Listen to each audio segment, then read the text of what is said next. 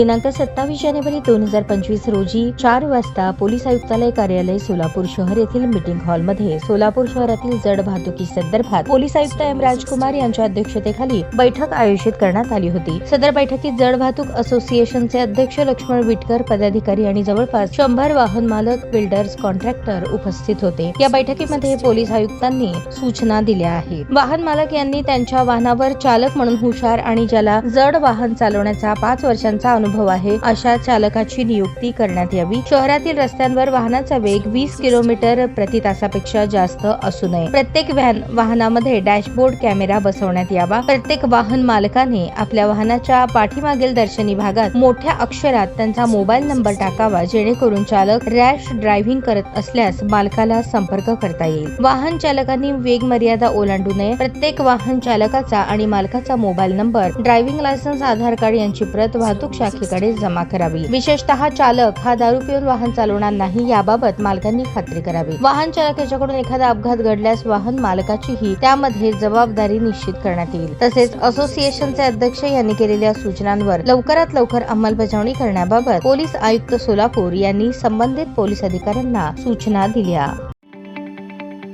ताज्या बातम्या पाहण्यासाठी प्राईम महाराष्ट्र न्यूज चॅनलला सबस्क्राईब करा।